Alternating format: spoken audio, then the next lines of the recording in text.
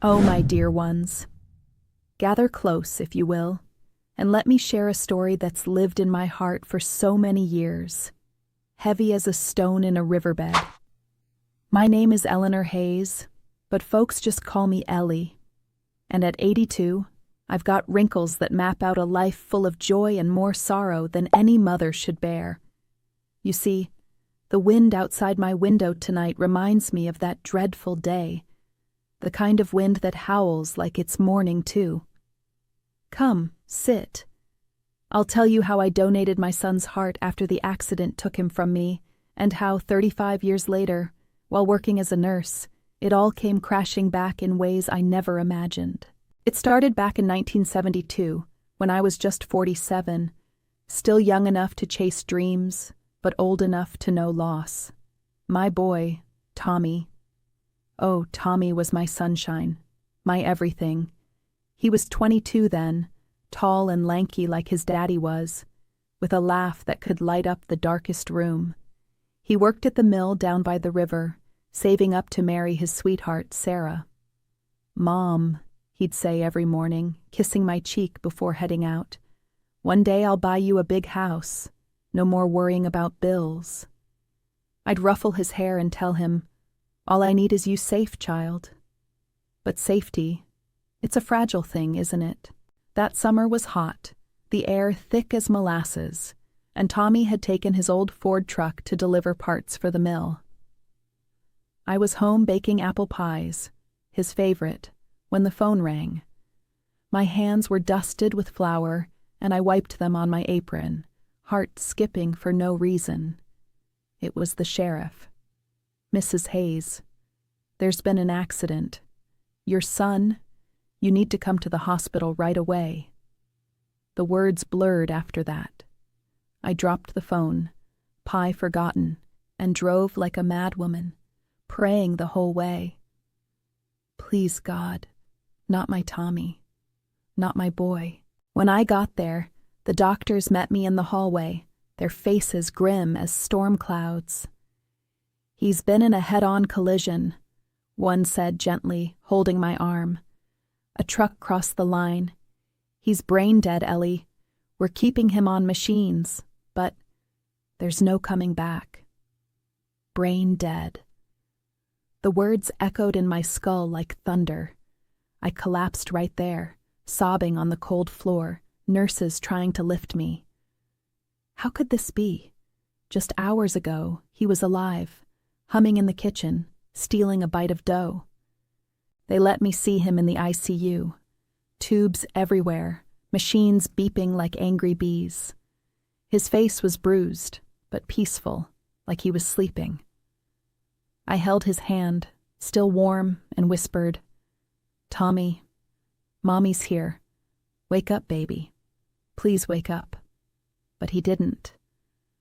The doctors explained organ donation, how his heart, strong and young, could save someone else. "It's what he would have wanted," Sarah said through tears, squeezing my shoulder. She'd arrived too, her eyes red and swollen. Tommy had signed the donor card on his license, always the giver, that boy. The decision. Oh, it tore me apart. How do you let go of the heart that beat inside you for 9 months, the one you nursed through fevers and heartbreaks? I sat by his bed all night, stroking his hair, remembering his first steps, his first word, "Mama." The pain was a knife twisting slow, deeper with every beep of the machine. By dawn, I nodded through sobs. Yes, donate it. Let him live on in someone. They unhooked him gently, and I kissed his forehead one last time. "Goodbye, my sweet boy. Fly high." The funeral was a blur, rain pouring like the heavens were crying with me. Folks from town came, sharing stories of Tommy's kindness, how he'd help anyone with a smile. Sarah clung to me, both of us hollow shells. I buried him in the family plot, under the old oak tree, and planted daisies, his favorite. Life after. It was gray, empty. My husband, Bill, had passed 5 years earlier from a heart attack. So it was just me in that little house, echoes everywhere. I'd wake screaming from nightmares, the crash, the call, his still face. Grief counselors said time heals, but time? It just numbs you a bit. I took a job at the local hospital as a nurse's aide. Ironic, isn't it? Helping others while my world was shattered. Days blurred into nights, bandaging wounds, holding hands of the dying. "You're strong, Ellie," colleagues said. Strong? I was surviving, that's all. Sarah moved away eventually, couldn't bear the memories. We wrote letters at first, but they faded too. Years trickled by. 5, 10. I turned 57, gray hairs sneaking in, but I kept working, rising to a full nurse by sheer will. The hospital became my second home, patients my makeshift family. I'd check vitals, whisper comforts. "It'll be all right, dear." But inside, Tommy's absence was a constant ache. On his birthdays, I'd visit the grave, talk to the wind. "Are you proud of me, son? Keeping on?" In 1980, a letter came from the organ bank, anonymous, as always. "The recipient of your son's heart is doing well, a man in his 40s who got a second chance." That's all.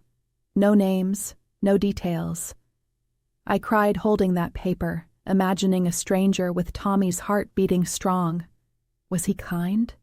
Did he laugh like my boy? It gave a sliver of peace, knowing part of him lived. The 80s brought changes, new grandkids from my daughter Ruth, who lived across state. She'd visit, bring the little ones, and we'd bake pies together. "Grandma, tell us about Uncle Tommy," they'd beg. I'd smile through tears, share happy tales, the fishing trips, his silly jokes. But the accident? I skirted that too raw. By my 60s, arthritis crept in, but I nursed on, training young ones. "Listen to your patients," I'd say. "They're more than charts." Life settled into routine, church on Sundays, gardening in spring. Yet every heartbeat I heard in the ER reminded me of the one I gave away. Tell me, child, have you ever given away a piece of your soul to ease the pain, only to wonder if it found a good home? As the 90s dawned, I retired from full shifts, but volunteered, still in scrubs, comforting the elderly. Ruth worried, "Mom, rest." But work kept the ghosts at bay. Tommy would have been 40 then. Middle-aged, maybe with kids. I'd dream of him, waking with wet pillows. In 2000, another update from the bank. "The recipient thrives, thanks you silently." I treasured it, a fragile link. Little did I know, fate was weaving threads back to me. The new millennium brought technology, computers, cell phones. I learned slowly, emailing Ruth photos of grandbabies. At 75, I moved to a senior living community with a clinic, nursing part-time. Old habits, I'd laugh. Residents shared stories, easing my loneliness. One day in 2007, 35 years after the accident, a new patient arrived. Mr. Harlan Reed, 70, heart transplant survivor from 72. Routine check, but something in his chart caught my eye, the date. My hand shook as I entered his room. "Evening, Mr. Reed," I said, voice steady as I could. He was kind-eyed, frail, but smiling. "Call me Harlan," he replied. We chatted, weather, grandkids. His scar peeked from his gown, and my world tilted. "Old war wound?" I joked weakly. "No, transplant. Saved my life back in 72. The room spun. Could it be? I excused myself, heart pounding like it might burst. That night, alone, I wept. Was this Tommy's heart?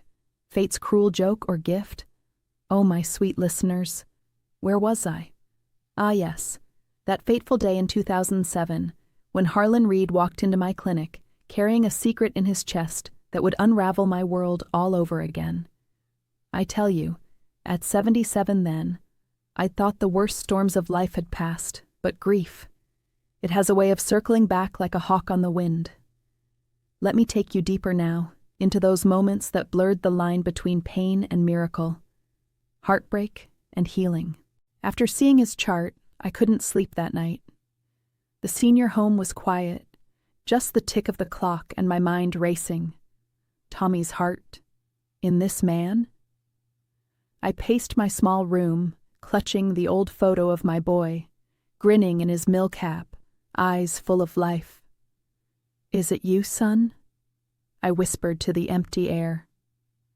The next day, I returned to work with a knot in my stomach, checking on Harlan again. He was chatty, grateful for the care. "You've got kind hands, Nurse Ellie," he said, patting my arm. "Reminds me of my own mom. Gone now, but she was a rock." I smiled, but inside, questions swirled. How to ask without breaking rules.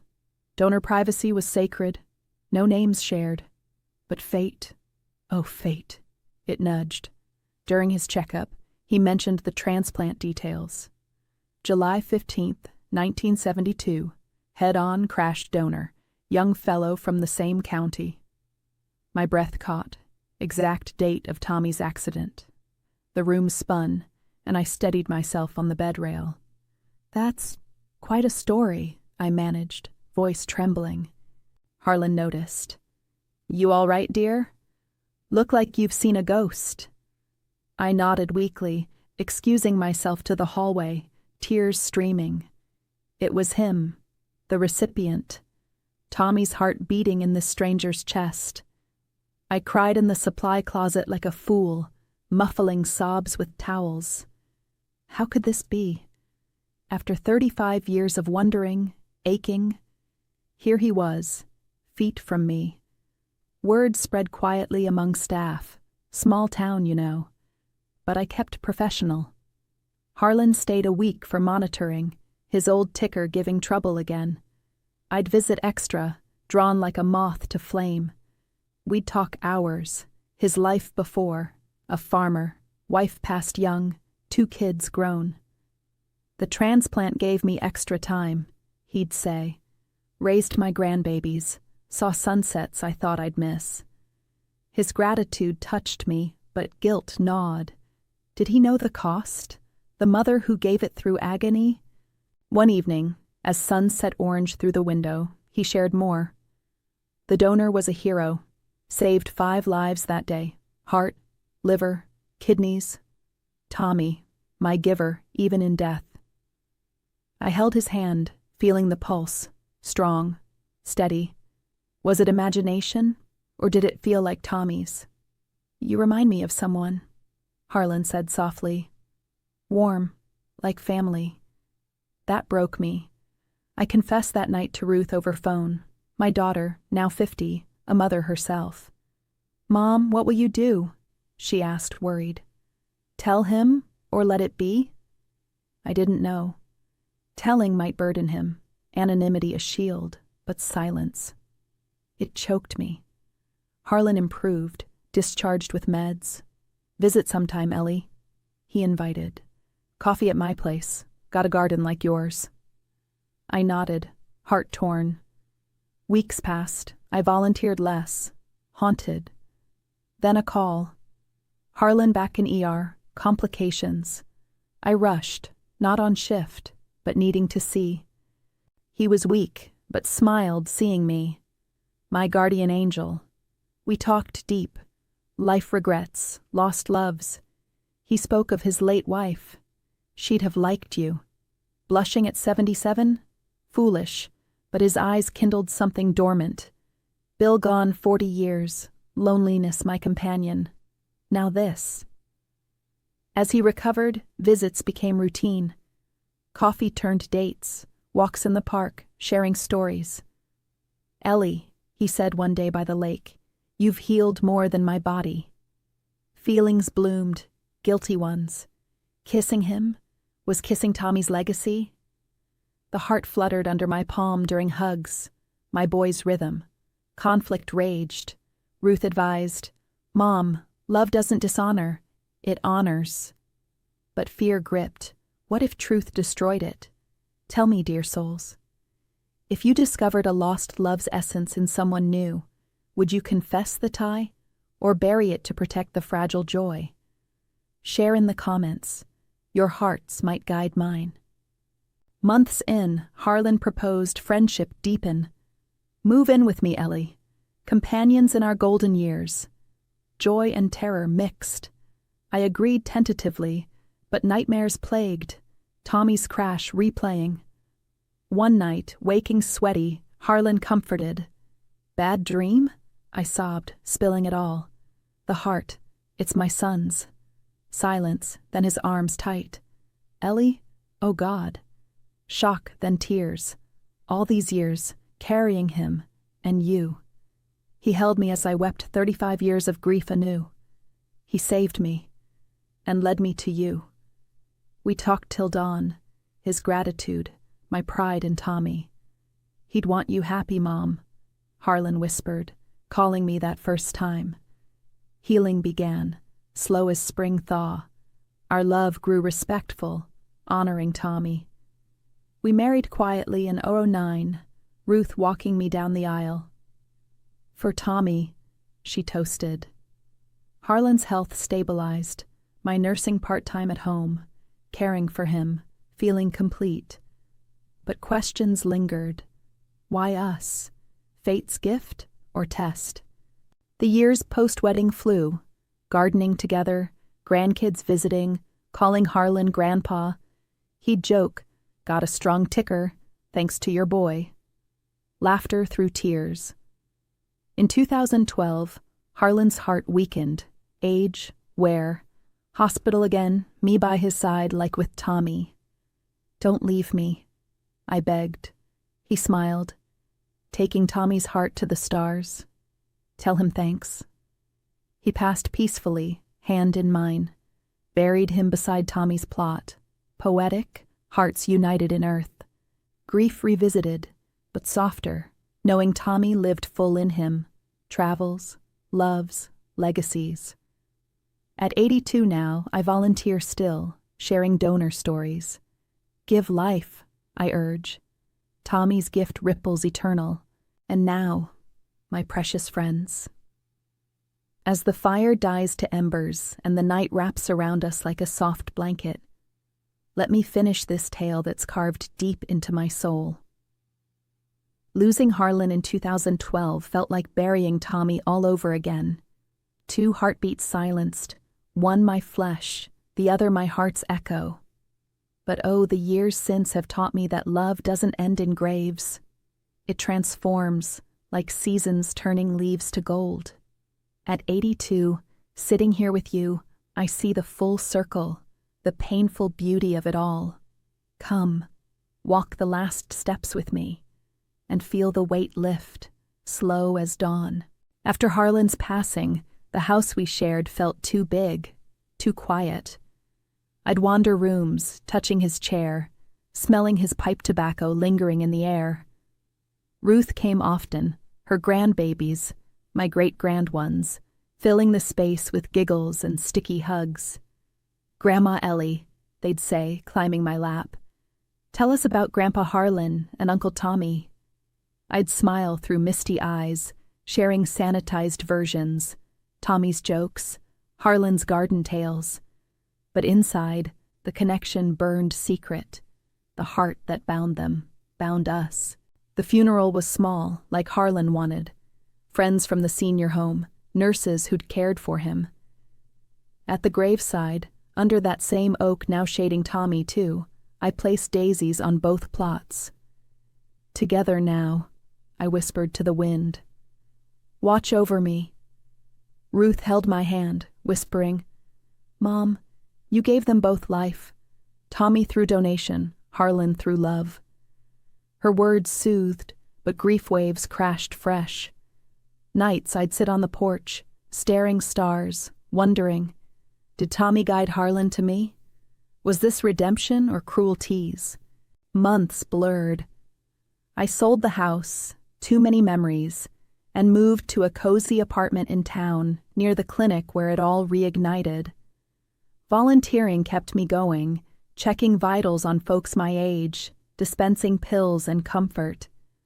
"You're a blessing, Ellie," the doctor said. But I felt fragile, like thin ice on a pond.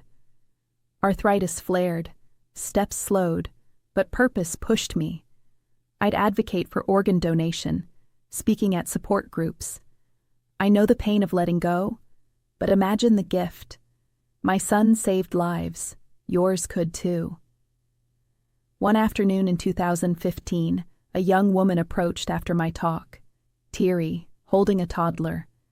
"Mrs. Hayes, your story. My husband needs a heart. Hearing you gives hope." I hugged her tight, feeling Tommy's spirit nod. "Pray, dear, and sign the cards. Everyone counts."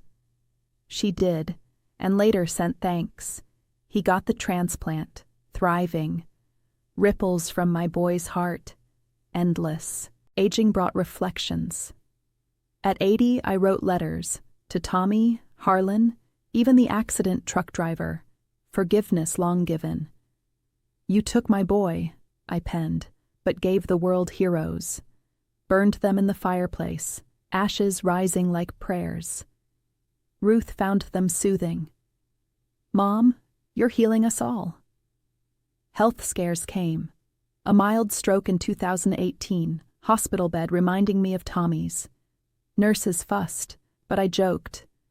"Been here before, donor side and receiver." Recovery slow, therapy teaching walks again. Great-grandkids visited, drawing cards. "Get better, great-gran," their innocence mended cracks. In 2020, the pandemic hit, locked in, lonely. Zoom calls with family, but touch starved. I'd watch old videos of Harlan gardening, hear his laugh. "Miss you," I'd say to the screen. Ruth delivered groceries, waving through windows. "You're tough, Mom." Tough? Scarred, more like. Isolation birthed this sharing, recording stories for the grandkids, voice shaky but true. "Beloved Grandma," they called my tapes, laughing at my yarns. One day, a neighbor suggested YouTube. "Share with the world, Ellie. Your wisdom needs ears." Hesitant, but Ruth set it up. First video, simple chat on loss. Views trickled, comments poured. Your strength inspires. Beloved Grandma channel born. Weekly tales of life, love, donation. Tell me, kind hearts, if grief circled back as love reborn, would you embrace it fully or fear the pain's return? Pour your stories in the comments. Let's heal together. By 2023, subscribers grew. Thousands finding solace in my slow voice. Pauses heavy with memory.